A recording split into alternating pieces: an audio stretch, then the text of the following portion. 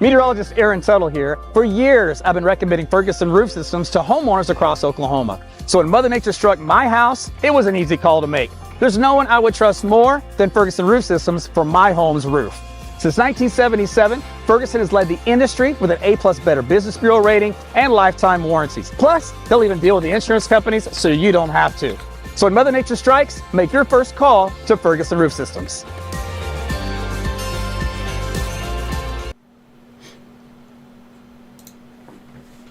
Hey everyone, Meteorologist Aaron Tuttle back with you again. It is about 9:40 here on your Monday night. We are now here live to talk about the update of the winter storm that is coming on in for tonight.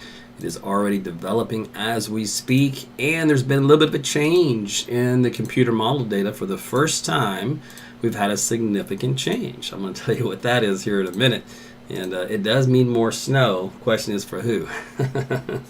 Or maybe it's more than who. Maybe it's a lot of who's. We're going to talk about the rest of the states besides just Oklahoma as well. So thanks for joining me if you're in Missouri and Arkansas and Kansas, etc. So glad you could be with me. Make sure again you join and subscribe and participate in getting a membership at any of the platforms that you're watching this content from. Going forward here from about March 1st, it will be behind what we call a paywall. So in other words, all the content that you've been watching over the last 15 years for free, now you'll need to subscribe to be able to get that same content. And that does include my live tornado coverage that I do across all of the state of Oklahoma and surrounding states. So if that's been helpful for you in the past 15 years and has put your mind and heart at ease when we have those things rolling around, feel free to subscribe and I'll keep it going for you as we head toward the future. It's going to be a little bit different here, so it's a big change. So if you haven't seen it, I got to mention it because not everybody gets all the posts and everything, so I know, apologize if you've already heard this 3 times already. Well, you're going to hear it 3 more times or maybe 10 more times until March because that's just the way it is. I got to reach as many people as I can. They all come in and out at different times, so just bear with me. All right, well, now that we're all said and done, everybody's piled in here. Temperature about 41 degrees. It's still pretty balmy. I say that term loosely. If you look elsewhere across the state, we also all are into the 40s. Pretty much right along I-40 right here, and then south is into the 40s, even down south into Texas, down in Dallas, you guys are right around 50 degrees. But back up here in the north, it starts to turn to that pink color. Well, guess what? Yeah, you're in the freezing line. So roughly, something about like this is where the freezing line is, and this is going to be slowly sagging to the south overnight as cold air just oozes on in. Sometimes Arctic air doesn't really blast through, it oozes through. If you go a little bit more north here into Kansas, you got temperatures here into the teens, and what do you have here? There it is, knocking on the cold front on the barbed wire fence door of of Kansas and Nebraska. This guy right here is going to try to put the brakes on the cold front. I don't think it's going to work. If you look back behind it, you're into the negative numbers right now for Nebraska, and it gets even colder than that. Up here we're to the minus 20s, all up to the Dakotas, back into Canada in the minus 30s right now. So this is the cold air that is coming our way. So again, this big white zone you see here is the leading brunt of the negative numbers, and that is not too far away from Oklahoma. Gross. All right, so that's the big picture. That's what's coming our way. Hope you enjoyed today, by the way. We topped out into the upper 40s. And even some 50s out there over the state. Coldest stuff was still way up here in northern and northeast Oklahoma. And that's it. That'll be the warmest we're going to see until Saturday. So here's a sneak peek of what's going to happen here for tonight and tomorrow. So we'll split this up here for you. So basically you have the snow that moves through Kansas, right? And then it kind of dips into this at the north side of Oklahoma City area, probably around Guthrie or so. And then from around there southward, you have this little pink area here, and that is for sleet. And then down from that, you get this red area, which is freezing rain. And then you have the green area, which is regular rain, just good old cold rain at that. All right, so every hour after that, you can see how it expands. So pretty much right during drive time is when the stuff just starts hitting the fan as far as anything heavy goes. Now that continues and slowly moves to the south and also off to the east as we go to each hour. So again, the blue is going to be all snow right here. So you can see where the winter mix is. It's in this little special quadrant right here for the most of the morning hours. And then by lunchtime, we get that stuff out of the bulk of the metro. We start to get that all blue for snow. And Tulsa's always been all snow there. And then that little freezing line does expand a little bit more in coverage along I-40. It points down the south toward McAllister. And then there you go. So you got some freezing rain and some sleet across southeast Oklahoma for tomorrow afternoon and evening. That moves on into western and southern Arkansas as well. Otherwise, more snow and heavy snow at times, moving out of northeast Oklahoma and into northern Arkansas, Missouri. So that's just a quick little summary as to what's happening on the big picture. We'll get into the details here now. Winter weather advisory, that's in the purple area. It basically just means we have winter weather coming and it will be a nuisance for you. When you do see the winter storm warning, which is in pink, that means that the amounts will be quite substantial, quite heavy, and that's going to cause a lot more disruptions to your daily life and living, and also a little added extra on the challenge to life, limb, and property kind of a deal. All right, well, here is a look at temperature. So let's just go ahead and jump into that. Like we mentioned, the cold air is up to the north. This is the 10 o'clock hour here. So as we go through time, you can see how it kind of sags down to the south at midnight, 1 o'clock in the morning. So you're already below freezing in Tulsa. You're about to be in Muskogee, already below freezing here in Oklahoma City. So any precipitation that starts to develop early overnight tonight, it is going to be in the form of that wintry mix. All right, there's 3 o'clock in the morning. There's 4, 5, 6, 7. So 7 o'clock in the morning from Muskogee down to just north of Wichita Falls. That runs through about Paoli, Pauls Valley, south in Norman. Anywhere along this boundary points to the north. If you're getting precipitation, it's going to be in the form of that freezing rain, freezing drizzle, and some sleet. And then once you get back here to the colder air, it gets cold enough for just pure snow. Now, you probably might get still a little light glazing underneath at the very beginning of the event. Otherwise, it's mostly snow up here across Oklahoma. All right, so that's during the morning hours. Watch how these temperatures fall during the day. And now we're on into the teens out there. We're at 18 degrees, 16 degrees, 15 degrees Oklahoma City. Now we're down into the single digits in Enid, all the way in northwest Oklahoma, also single digits for tomorrow afternoon. And then by the time we kind of round out the day, they don't go anywhere. They just keep going down. They certainly don't go up. All right, so let's go into tomorrow night. So Wednesday morning, right about 6 o'clock, that's where it'll be the coldest of the day. There's your line where the temperature should be right around 0 or less. So that's actual air temperatures. We're still holding barely into the lower single digits here across the I-44 corridor, all the way down from Lawton to Oklahoma City to Tulsa. And in the afternoon, go back here, 6 o'clock, we will rebound you, single digits of northern Oklahoma. Otherwise, looks like low teens. So it's funny. These models keep trending downward. Every run I come in here, and this number gets lower and lower each time. And I said, I'd be surprised if we got above 10. I bet by the time we wake up tomorrow, the morning run will probably say we'll have a high 10. That's just the way it goes. All right, so here's a look in the morning for Thursday. And again, the 0 degree line kind of snakes just north of I-40. So all these places up here susceptible to having lows anywhere from 0 to -4 degrees Fahrenheit. All right, and then we're going to warm up a little bit for the afternoon. So we'll be back into the teens, even some 20s for Thursday. Friday, repeat. Back into the single digits, some teens, and then Friday afternoon, some 20s and some 30s. But as far as getting above freezing, it's not going to be a lot of us kind of in this little zone here. The rest of us will stay in the deep freeze one more day. And then after that, Saturday, watch right here in the afternoon, boom, there you go. We got 30s here, 40s here, and maybe even some 50s sneaking in way down here. That's pretty decent. That's good. So that'll be our big warm-up for the weekend. But until then, we got the cold stuff and the wind chill. So just real quick here, watch wind chill values drop below 0 as we go throughout this event for tomorrow afternoon. So make sure you bundle up. You're going to be outdoors. You can get frostbite pretty easily. If you're out there for too long, you don't have protected skin. Here is, by the time we head into Tuesday night and Wednesday morning, readings down here still around the -teens to -20s, especially across the western half of the state. That's where your coldest readings will be. And then on Wednesday afternoon, rebound a little bit. So wind chill value is still below 0 though. And then we head into Thursday morning. Right there. Back into the -teens and -20s. Well, no, you know what? They almost warmed it up just a hair. I still see some white, but it looks like it's going to stay about -15. Oh, there's a -20. All right, so there are still a few peppered in there. Okay, so let's go to the afternoon for Thursday. Wind chill values back off. Now it only feels like 7. Boy, what a heat wave. Anyway, there's nothing that's changed on these temperatures. They're gross.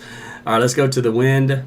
It'll be kicking up here for the morning hours. So these are wind gusts up around 20 to 30 plus miles per hour, especially this little pocket up here, Osage County, is 39. As we head into the mid-morning hours, the winds actually come down a little bit. So at 7 and 8 o'clock in the morning up here, the biggest gust I can find, again, is in that little sweet spot of Osage County of 36, otherwise right around 30. Now that's key because technically, if you want to get down to the technicals on it, a blizzard must have winds over 35 miles per hour. So it's not quite blizzard criteria, but it is definitely going to be blowing snow criteria for all morning long up here in Kansas and northern Oklahoma. And then the winds kind of back off just a little bit as we go throughout the day up here, but still quite gusty. So you're going to have a lot of blowing snow and reduced visibilities across the northern parts of the state for driving around. So just kind of let you know you'll be dealing with that. All right, the winds stay up, though. Looks like as we head into our Tuesday evening now across eastern Oklahoma as the system starts to pull away. So it stays a little bit on the breezy side. And keep this in mind here as I show you some of the other maps that the winds will stay with us here through Wednesday morning. And let's see here, they do stop to calm down. There we go. So by noontime on Wednesday, they're finally starting to settle down. That's good. Okay, so let's talk about the precipitation timing. This is kind of a close-up view of that map I showed you earlier. Okay, so this is 3 o'clock in the morning. So you can see we've already got the light precipitation breaking out here. This is our winter mix, just cold rain down here. All snow up here, although sometimes you still get a little bit of light drizzle underneath it at the beginning. All right, let's go to 4 o'clock, 5 o'clock in the morning, 6 o'clock in the morning. Now, it's mainly light stuff, and the purple indicates the model thinks it's mostly sleet. So very little actual freezing rain and freezing drizzle, has more of a sleet, but I wouldn't bet the farm on that. It's still going to be a little bit of a mix. Won't matter, though. Ice is ice. Let's see, there's 7 o'clock in the morning is when it comes to the roadways. That expands, almost comes into downtown Tulsa, but it does come into Tulsa County, the southwest side. Otherwise, we still got the rest of the ice down in this region here. So again, that means if you live anywhere in this area at 7 o'clock in the morning, you're not going to like it. All right, it's going to be auto hockey time. You're going to have to drive really, really slow. There's 8 o'clock, and there's 9, and there's 10. You see, I'm not really moving much. It does finally sag. Here's I-44, so it's finally starting to sag along and south of this boundary now by the time you head to 11 o'clock in the morning. And now the snow's starting to move in on the north and west side. There's noontime, there's 1 o'clock, there's 2 o'clock, 3 o'clock, 4. So now you're getting all the sleet down here in the purple color around McAllister, the little thin area of just some freezing rain down in this region, otherwise a cold rain way down south along the Red River. And there's 5 o'clock. Still got some snow here in Oklahoma City moving through. Still got some good moderate snows in Tulsa. By 8 o'clock now we're starting to wrap up the snow here in Oklahoma City. But keeping it going in Tulsa till about 10 o'clock. And then you guys are moving out. Muskogee, McAllister, and then Fort Smith at midnight. And then it's all, she wrote, over with. And then it's all into Arkansas. So that's the way that kind of breaks down here in Oklahoma. If you guys out here in Arkansas, I want to show you because you're going to be dealing with a mixed bag too. So we'll go ahead and get you down. Now, as far as you guys in Kansas and Missouri, it's just all snow. So there's no difference to show you other than what Oklahoma and Arkansas is dealing with. So if you look here, Fort Smith, you guys got the sleet as you headed to tomorrow afternoon. So again, this is around lunchtime. Onward is when you start to get your fun stuff. All right, so it's really in the evening is when things really get gross. So there's 6 o'clock. You can see how it's expanding now across a large area here for Arkansas. 7 o'clock and 8 o'clock in the evening keeps on moving through. There's 9 o'clock, 10 o'clock, 11, and there's midnight. And so you just get that peppering of that winter mix across the southern half of the state, whereas you get the snow across the northern half of the state as you go from the afternoon to the evening hours, and that quickly moves off by the time you head toward about, looks like daybreak on Wednesday, and it's all over with for you. So when you look at the ice accumulations with this is freezing drizzle, freezing rain, and you're going to talking about less than 1/10 of an inch. You're also going to have about 1/10 though of sleet pellets, and those ice pellets will also add up too. But regardless, as far as anything that could even potentially be a power outage issue, I've been talking about this earlier. Far eastern Oklahoma, there's a little sliver here, a couple of counties close to the border. You might have some sporadic outages out there because if you can get some accumulations closer to 3/10 of an inch, a little extra weight on the line. In Arkansas, same kind of idea. Your sweet spot is around Fort Smith, right here to the west of Hot Springs, from Mena. There might be a few areas here, orographic, etc., that may end up being a little bit more on the accumulation side. Otherwise, most of this stuff is around 1/10 of an inch. In many areas, but that's plenty enough to coat the roadways and make travel a nightmare. All right, here's a look at snowfall totals. So the snowfall totals have gone up. So that's what I was talking about earlier, was that there's actually been an increase in the snow. and it has shifted to the south a little bit. So that's been the big change in the model data today. So Ponca City's gone up a little bit, 8 inches. Bartlesville's come up to about a foot. Tulsa, as a result, has come up now. They're on the upper end of the spectrum. Muskogee now 4 inches. Enid just over 4. Stillwater also over 4. And McAllister's just about 1 on the north side. Oklahoma City still split the difference. It's about 1 inch here in downtown, about a ½ inch here in Norman, and maybe about a 1.5 to 2 inches in Edmond. So I mentioned that in the last broadcast at lunchtime today, so that hasn't really changed. The big change has been up here in this part of the state. Let's expand that out, and here's a look at the big picture. So what basically happened was, originally for the last few days, the bullseye was here, and then today, this morning, and last night, the bullseye shifted to about here, and now the data this evening has now shifted the bullseye to here. So it's not a huge change, it's just a little massaging, but that's basically where you're going to have your foot of snow. Elsewhere surrounding that drops off to 9, 10, 7, 6, 5, 4, 3, 2, 1 inches. So really good widespread snowstorm. So not bad. It's a good little winter storm. Probably the last big one here for the season for this part of the country. Okay, so here's a look at, I was going to show you that. This is the, this was the model blend, which is the conservative, but actually good, usually pretty good for snowfall totals. This is the wrap model, which I sometimes lean on, just to show you that it went balls to the wall, crazy train here. It went over a foot of snow and went 12, 16 inches of snow. So that was a new thing, and I was like, whoa, that would be impressive if that all of a sudden happened. And this just came out of the blue. So it almost doubled what it had, which is a huge change. So my instant rejection factor kicks in because I don't think so. That's too fast. But I still like the foot of snow anyway. So, I mean, I still think that's a good spot to have that. It's just neat to see. All right, let's take a look here at the ensemble plumes, because I wanted to show you the difference between Oklahoma City and Tulsa. So this is Oklahoma City. And what you have here in the pink, here on the, as my cursor shows it, this is the timeline. Okay, so this basically shows what the atmosphere is capable of producing. In other words, what's in there, temperature-wise, like the profile. And if you look at the early on in the events, this right here is 6 a.m. Okay, so before 6 a.m., you have a little peak in this red, matched by a bigger peak in pink. Well, the red is for freezing rain. All right, the pink is for sleet, the little balls, little ice balls that fall down. And the bottom of the blue here is for snow.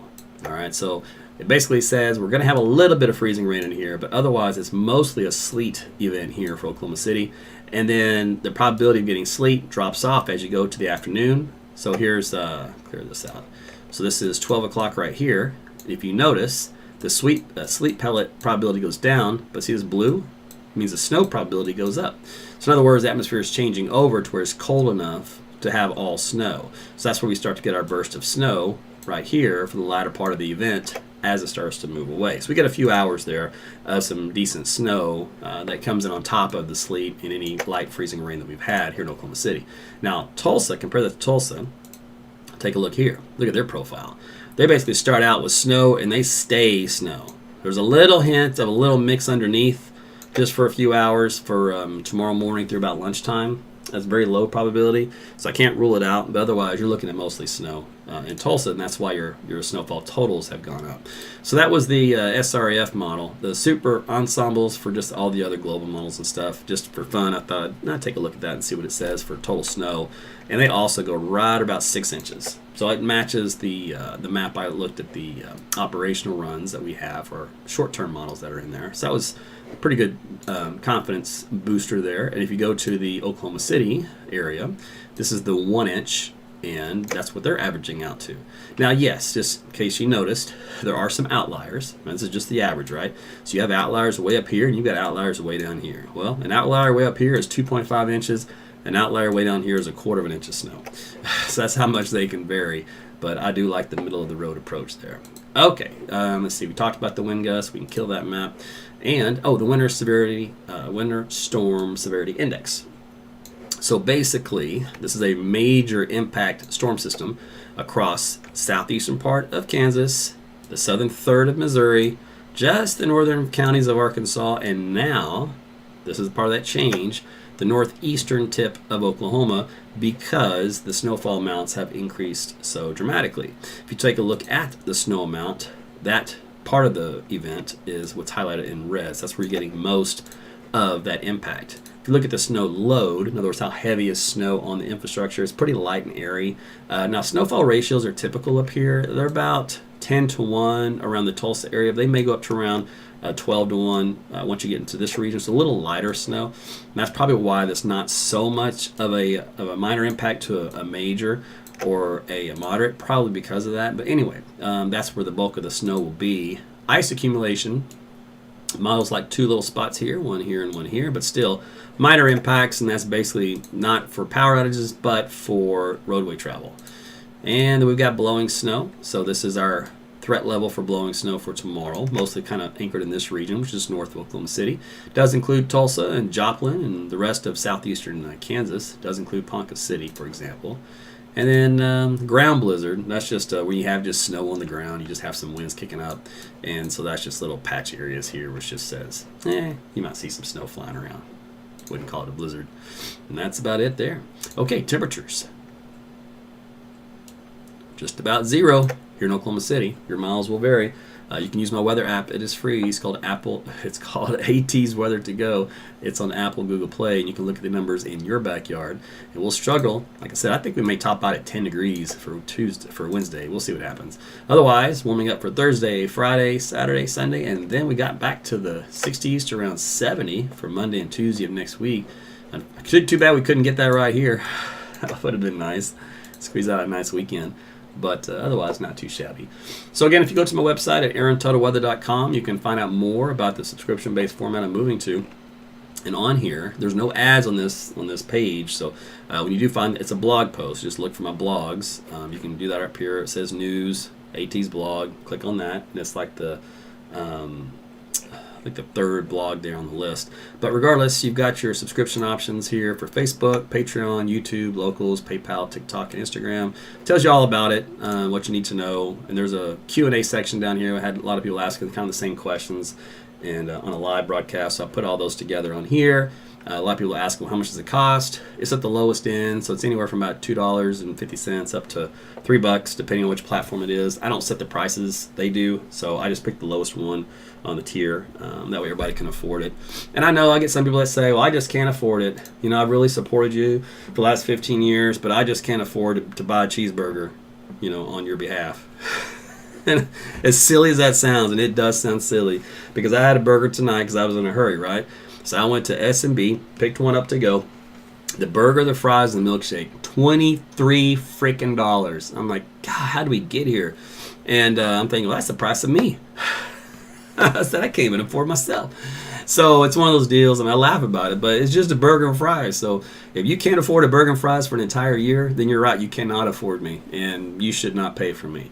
If a burger and fries one time a year is no big deal for you, you can afford me. And I save your life every spring and halftime, sometimes during the fall.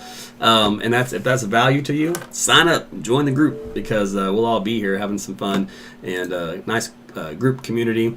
So we're going to kind of shrinking this down from 200,000 people. Maybe we'll only have like a couple thousand people. Whatever it's going to be, doesn't matter to me. It's fine. And so be a little bit more intimate in that regard. So everybody who does sign on the different platforms, I will put you all into the private Facebook group. You don't have to go into that. I'm just an option for you. Each provider, like TikTok, for example, you can watch there. Instagram, you can watch there if you want. Facebook, fan subscriptions, you can watch there. And what's the other one? Oh, Locals, you can watch there as well. The only thing, like if you do a PayPal or Venmo or Patreon, they don't have a video watching service, so I have to put you into the Facebook group if you do go that method. And some people do that because the Facebook fan subscriptions put you on a wait list, which I have no control over. I don't have anything to do with that. That's Facebook's error. They have a bug. They have a bug in their system, and it only affects certain people. So this is kind of how I figured out how Facebook works, just so you know. And that's just from my end, watching and then doing my own issues with them, because they don't have a very good support staff, just so you know, even for us creators. But everybody's on a server, all right? So everybody's on blocks. So let's say you had, this is just to make this easy, let's say there's 100 servers, all right, and they have to split up everybody across those 100 servers, and you're in this block, so that means you go to this server A, and now you're over here in server B, you're over here in server C. Let's say there's an error in the code on server A, and you applied to get access to my page. Well, sorry, you're on server A, and server A has a bug in it, and they're not going to take the time to fix it or find it. So you're on a wait list. That's a really oversimplistic way to try to visualize that, and that's why they don't ever respond to you, and they don't be truthful to you, and they don't even help you because they can't and they won't. So if that's the case, you can wait it out and see. Or you can just cancel it if you can. And some people are saying they can't even cancel it. It hasn't charged you, but yet it can't cancel it either. You're stuck in limbo.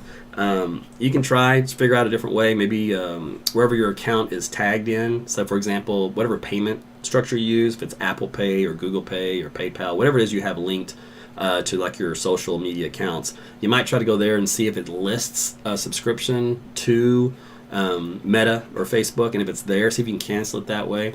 That's my only other thought. Otherwise, I guess just sit there and leave it until it times out, and you can go differently. You can go to Patreon, or you can do YouTube. Oh, YouTube is what I was thinking of earlier. So YouTube, for example, say you get the YouTube memberships. So when I do go live, just so you know how it works, I set it to select that the only people that can watch it on YouTube is the members. So it just goes to all members, right? Now, if you paid for YouTube on that subscription, you're good to go.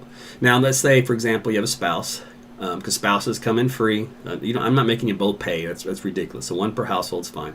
So you bring your spouse in, and then they, instead of sharing like your YouTube login, right?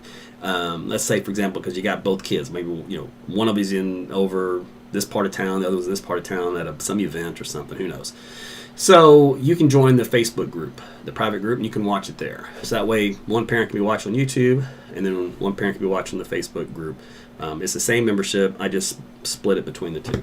So that's the only difference. I just put everybody in that group as a catch-all that joins. That way it's fair, and you have some options at your disposal. As far as getting notified when I go live, same as always, algorithms sometimes work, sometimes don't. Depends on how active I think and engaged you are. So always make sure you like the page, hit the bell, turn on the notifications for all things. And sometimes I think these things have a tendency to turn you off. So they deactivate, and I think you have to keep going in there and telling it, no, I want to be notified. So you might have to override some of the resets on it, and then you can join a couple things here. So I did that on my blog today. So let me go back over here. Or my blog yesterday, rather. Okay. Is that what did I do that here, or did I do it on my live page? Now I can't remember what I did. I've done too much stuff, and I barely had any sleep all week. I'm lucky to get six hours a night these days because of the stupid flu. Where was I? Oh, maybe it was live stream. That was the live stream page. So let's go live stream page. All right. So on here, that's where I put it. I mentioned the fact you've got Facebook, YouTube, Locals, IG, and TikTok, right? But I also mentioned you can join the Facebook broadcast channel or my bot system. So if you do that, if you join the Facebook broadcast channel, basically I just send a message to everybody that's in it, and it just says, hey, I'm about to go live. And that's what I mostly use it for. Sometimes I use it when I put the blog in there, but that's about it. Otherwise, the channel stays quiet. I don't sit there and just flood the channel with garbage. That's annoying, so I don't do it. I wouldn't want somebody doing it to me, so I'm not going to do it to you. And then the other one is message my bot. So same thing. It just basically tells you when I'm going to go live. Otherwise, my bot never talks to you. It doesn't reach out one day and go, hey, how's it going? It doesn't do that. It just responds back to you, and you have to occasionally opt back in, otherwise it times out.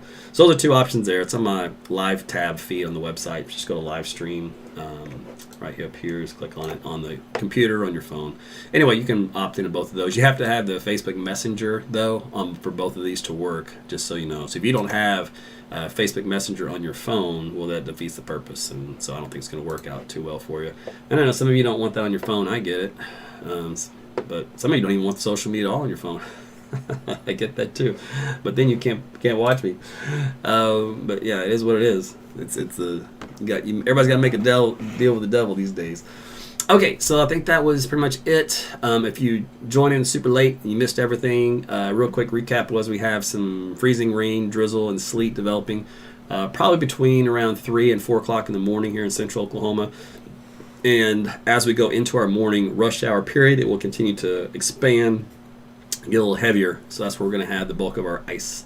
That's going to cause roadways to become not so good shape, let's put it that way. We'll get more snow out of the event across Kansas and Missouri and north and northeast Oklahoma. Several inches of snow up there, blowing snow with winds up around 30, gusting up to 30 or so. And we'll even get some ice down in southern and southeastern Oklahoma and western Arkansas with this event. But the amounts will be fairly light. We're looking about a lot of places, mainly 1/10 of an inch. Some places up to about 2/10 at most. But it's just enough to cause the travel problems on all roadways, including bridges, overpasses, and main roads, and side roads, and street roads, and all that kind of stuff. Again, if you're going to be having to get out, you want to make sure you don't slam on your brakes a lot of distance, drive slow, trying to coast if you can, downshift if you can in your transmission versus hitting your brakes, especially if you have an older car. Let me think. Winterize your car. I mean, throw some stuff in there before you go. Make sure you got a blanket, clothes. Clothes would be good. Stay warm, and some food to eat in case you do get stuck on the side of the road, because it will be very cold, and you can get frostbite and hypothermia in this situation. So you have to take it very seriously, and that's why I've spent so much time on those temperatures. They're pretty brutal. Let me see. Pipes will freeze. So if you're susceptible to freezing, you know what to do. If you've never had a pipes freeze before, you don't know if they will freeze or not because you hadn't been here when it's been this cold. Well, we don't know either. So open up your drawers, your cabinets, wherever your plumbing is, so you can get some heat from the home. Keep your air up hotter, like normally at nighttime. I have mine going in like 65 degrees. So when it's really cold like that, I'll keep it up higher, like at 68 or 70. That way it helps a little bit more. Let's see. Instead of dripping your water, you might want to run the water. And by run, like a pencil stream is what they say. Let's see. That will kind of help keep the water from freezing. Now, I can't do anything about the city water supply. And the rule of thumb here in Oklahoma City is right about 17 degrees for about 24 hours is when water main breaks start to happen. Well, we're going to be at that at 48 hours or more is with the time frame on that one. So I do suspect some of us are going to get bit without water, unfortunately, by the time we head into Wednesday and Thursday. So just let you know. I'm sure they'll get it repaired pretty quick, but just don't be surprised if you're out of water for at least a day or two. Let me think. Anything else? Oh, if you are going to be walking on the ice, we've shown this graphic before, walk like a penguin. Basically, you just want to kind of lean forward over your right foot and left foot. So you're straight up and down. You're not just, striding and strutting your stuff and throwing your shoulders around and swinging your hips. You ain't doing all that in this weather. You're just scooting around with little waddle feet. And then if you end up feeling like you're going to slip and fall, don't put your hand out to catch you. That's just, you're asking for a break or a sprain. So just try to bring your shoulders and arms in real close like this, like you're going to hug yourself as fast as you possibly can, and then just fall stiff as a board. And that way you can evenly distribute the impact across more surface area on your body. And that will then therefore give you a better ability to not get a broken bone. All right? Still might get bruised, but hey, at least you won't get any broken bones. And that's the idea with that. So that might help you as well. But just don't be out there if you don't have to. Let's see, I'm trying to think if I've covered everything. And we've talked about all this stuff off and on over the last few days. So I've shown graphics and stuff in the past. So I think that's about it. I don't know. See, sometimes for me, this seems like a broken record. I don't know what it seems like for you, but I say this stuff all the time. And I just assume everybody's already heard it, but maybe not. And that's which is why I keep doing this. I just assume everybody comes in at different times and goes, oh, this is all news to me, Aaron. I was under a rock. I just crawled out. Well, then this is for you.